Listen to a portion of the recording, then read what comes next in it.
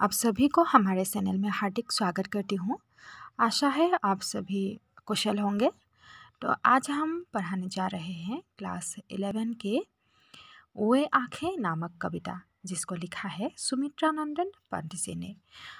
तो ये जो वो आँखें कविता है, यानी कि एक किसान या साधारण वर्ग के जो लोग होते हैं, उनकी जो दुख दरिद्र कथा होती है, उसको आँखों से व्यक्त किया गया है कि जैसे लोगों को दुख होता है और दुख के कारण उनके आँखों से आंसू बहते हैं और उनकी जो व्यथा है वो आँखों में छिप जाते हैं और छिपने के कारण उनकी आँखें अंदर चले जाते हैं, अंधकार सा छा जाते हैं उनके जीवन में।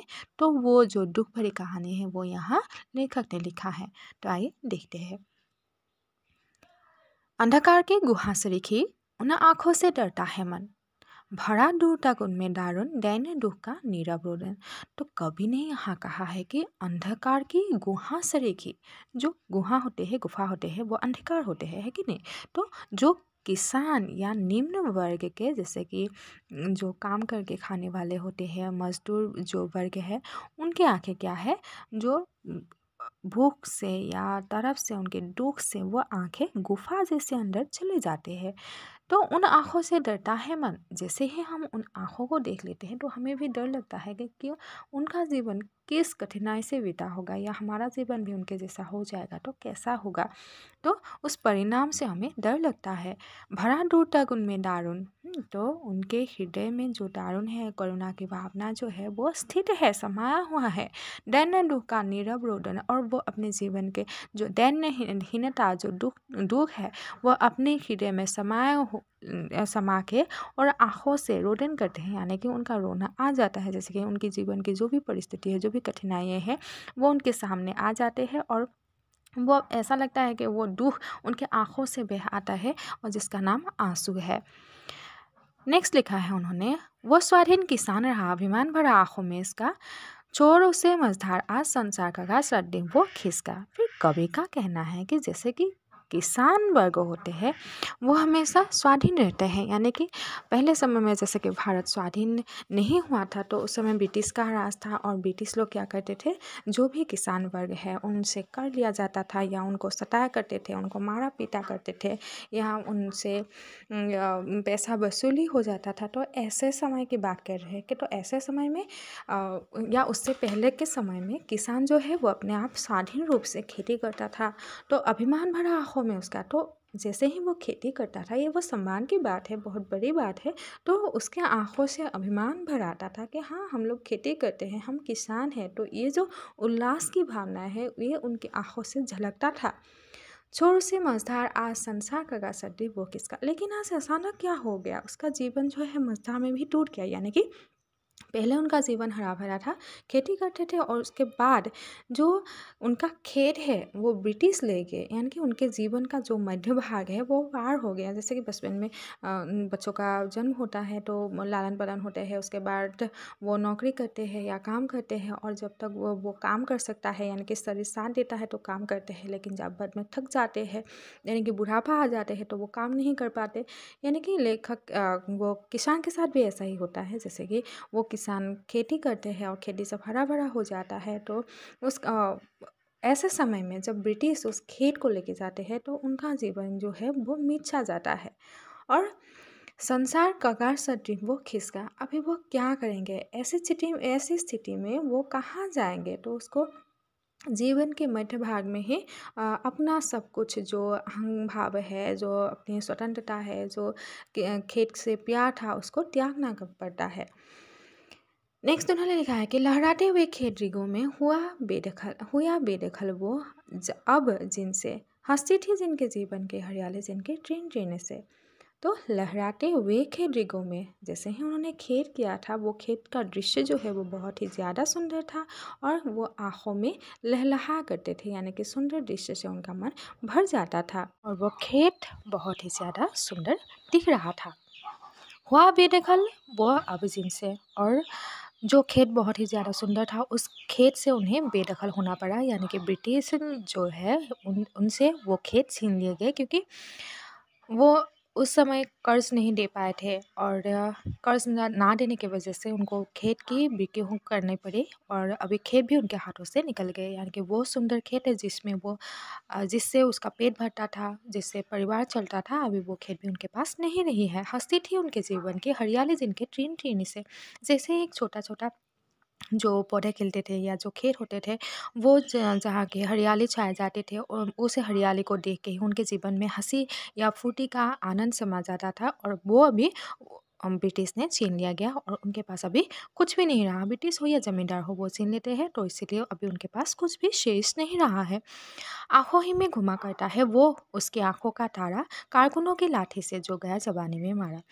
तो आँखों में ही घुमा करता है, यानी कि मेरी आँखों में या किसान के आँखों में एक दृश्य जो है वो हमेशा सामने आता है, वो है कि उसके आँखों का एक तारा, यानी कि उनका जो पुत्र है वो उसको उसको हमेशा याद करते हैं। उसके आँखों में भाते हैं, आँखों का तारा था वो, लेकिन उसे ब्रिटिश ने लाठियों से मार दिया गया था। ज़बानी में जैसे वो ज़बान था और उसी समय उसको मार गिराया था, मार डाला था। और जैसे ही उसको मार डाला था तो उस मृत जो बेटा है उसके याद में वो बहुत ही ज़्यादा रोते लगते हैं और इसीलिए उसके आँखों से आंसू बहने लगते हैं और वो बहुत ही ज़्यादा दुखी है। बिका गया घर द्वार महाजन ने न ब्याज की कोरी छोड़ी, रह रहा आंखों में सुफ्ती वो कर्क हुई बरद होगी जोड़ी।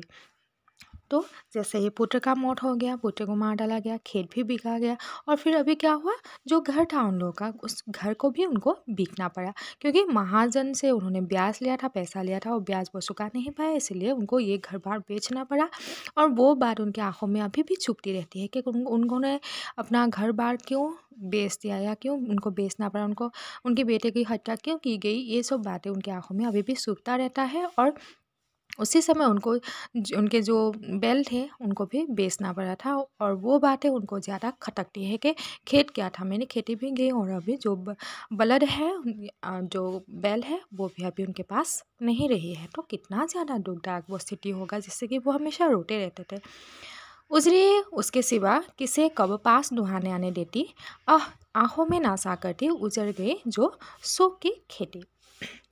यानी कि उनके पास एक दूध देने वाली जो गाय थी वो सिर्फ अपने मालिक को ही यानी कि किसान को ही अपना दूध दूधने देती थी और वो किसी अन्य के पास नहीं जाती थी। लेकिन ऐसी जो दूध देने वाली गाय है उसको भी उन्हें बेचना पड़ा, क्योंकि वो लोग बहुत ज़्यादा गरीब हो गए थे और उनके पास पैसा नहीं था और अंत में ऐसा समय आ गया कि उसको भी उस गाय को भी बेचना पड़ा।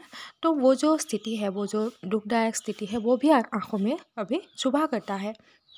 तो जैसे ही खेत गई, कभी बलद भी गया, बेटा गया और अभी ये एक गाय थी वो भी दे दिया गया। तो ये सब बातें उनको बहुत ही दुख लगता है। पहले का जीवन बहुत ही सुखद था, हरियाली था चारों तरफ, लेकिन अभी कुछ भी शेष नहीं रहा है। बिना दवा दर्पण के घरनी स्वर्ग चली, आंखें आती भर देख देख के बिना दूध मुही बिटिया 2 दिन बाद गई मर। तो बिना दवा दर्पण के धरनी जो घरनी यानी कि घर की रखवाली यानी कि बीबी जो है वो बिना दवा दारू के उसका मौत हो गया था, वो बीमार पड़ी थी और दवा लाने के लिए उनके पास पैसा नहीं था और इसलिए बिना दवा के उसको मरना पड़ा, स्वर्ग सिधार गई यानी कि वो मर चुकी थी। और अभी वो जो किसान है उसको सिर्फ बीवी की याद आती है और वो हमेशा रोते रहते हैं।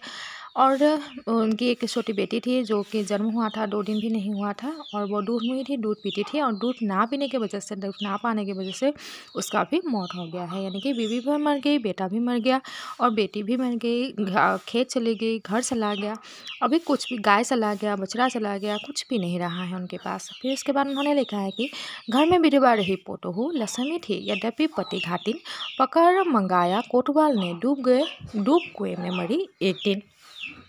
पोटोहू यानी कि जो पुत्रवधू और किसान का जो पुत्र था उसकी बीवी थी जो कि विधवा हो चुकी थी और वो घर की लक्ष्मी थी, उसको लक्ष्मी रूप से माना जाता था और पति के घातिन थी यानी कि पति नहीं थी उसकी।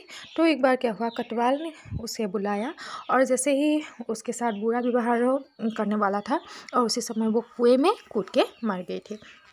यानी कि पोतोहू थी घर की लक्ष्मी, वो भी अभी नहीं रही है। तो लेखक कह रहे हैं कि वो जो किसान है जिसका सब कुछ छीन लिया गया, तो उसकी आंखों से हमेशा आंसू बहा होगा, और वो आंसू बहुत ही दुखदायक है।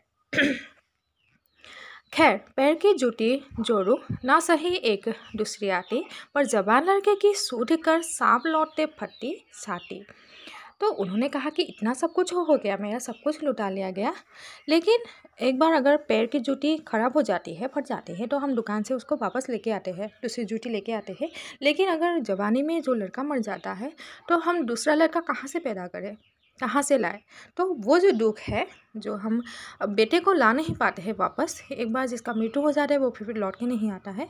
तो ये जो बातें हैं वो मुझे बहुत ज़्यादा सूखती हैं, यानी कि पुत्र का मोह जो है यहाँ पे दर्शाया गया है कि पुत्र से बहुत ज़्यादा लगाव है, और भी पुत्र की देहांत होने के बाद उनको बहुत ज़्यादा ये दुख सताती रहती है। पिछले सो की स्मृति आंखों में क्षण भर एक चमक हेराती, तुरंत सीने में गर वो चिटिवन तीखी नोक सदृश बन जाती। तो पिछली सुखों की या स्मृति, यानी कि पहले क्या करते थे, वो खेती करते थे, और खेती जो है वो बहुत ही सुंदर खेती होता था। हम चारों तरफ हरियाली हरियाली छाया जाता था, और उसकी बेटी थी, और उसके पुत्र बधू थे, बीवी थे, तो उनका घर जो है बहुत ही खुश रहा करता था, खुशी से चमका हुआ होता था। और ऐसी बातों को स्मरण करके उन्हें थोड़ा सा आनंद की प्राप्ति होती है, और तुरंत ही जैसे ही इस समय की जो स्थिति है, दयनीय स्थिति है, उसको याद करने से उनका चितवन जो शरीर है वो खौलने लगता है, तीखी नोक सदृश बन जाती है, और उनके आँख जो है वो उसमें ज्वाला ढकने लगता है, यानी कि आँख जो है वो जलने लगता है। उस गुस्से से जो दुख है वो दुख उनके आँखों में आ जाते हैं, और दुख से आग निकलने लगते हैं, यानी कि गुस्सा जो है वो भर जाते हैं। यानी कि ये जो लेखक ने लिखा है कि जो कविता है इसमें सिर्फ एक किसान की दरिद्रता स्थिति को दर्शाया गया है।